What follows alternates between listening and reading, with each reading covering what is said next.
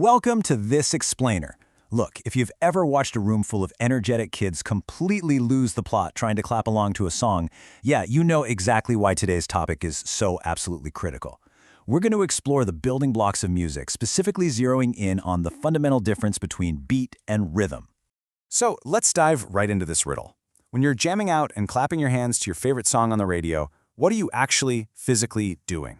Are you clapping the beat or are you clapping the rhythm? It sounds like a trick question, I know. But for a music educator, knowing the difference between the two is the absolute bedrock of your instructional decision-making. Here is our roadmap for today.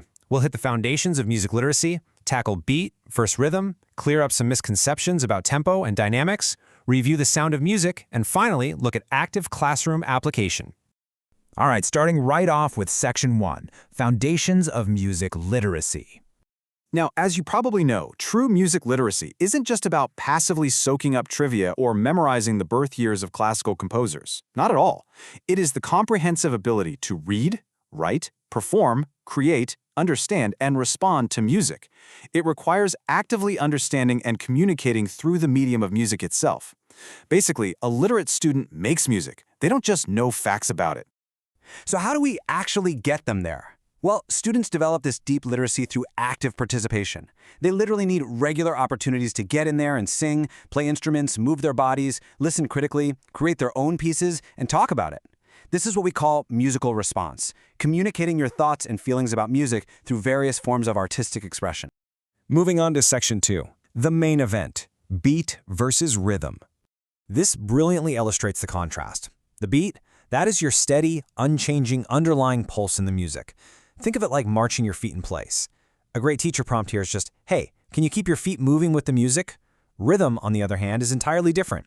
It's the varied pattern of long and short sounds and silences that fits directly on top of that steady beat.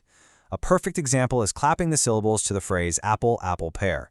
The rhythm changes, but that underlying beat stays exactly the same. And here is why this matters, especially for aspiring educators trying to structure a lesson. It comes down to one absolute golden rule. Students simply cannot accurately reproduce a rhythm without first physically feeling that foundational steady beat. It's like trying to build a house without a foundation. The steady pulse has to be internalized in the body first. If you skip the beat, well, the rhythm just falls apart. Okay, Section 3, Tempo, Dynamics, and Misconceptions. First up, we have tempo. Tempo simply dictates the speed of the beat. It answers the basic question, is the music moving fast or is it moving slow? A super common point of confusion is mixing up tempo and rhythm. Tempo changes how fast that underlying beat is driving forward, but it doesn't change the rhythmic pattern itself. Next, we have dynamics. Dynamics describe the volume, how loud or how soft the music is. And just like with tempo, people constantly confuse this. Listen, just because a toddler is absolutely screaming a song at the top of their lungs does not mean they're singing it fast. Dynamics are not tempo. They are completely separate elements. Let's bust a few of the most common classroom myths really quick. For example, if a student is rushing or speeding up, that's actually a tempo control issue, not a rhythm error. Second, if a kid is just clapping completely randomly, they aren't demonstrating rhythm. They're just missing the steady beat altogether. And finally, loud singing doesn't equal expressive singing. True dynamics have to be entirely intentional. Which brings us to Section 4, the sound of music.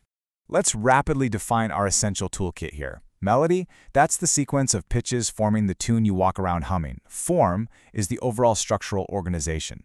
Timbre, which is such a fantastic word by the way, is the unique sound quality or tone color of a specific voice or instrument.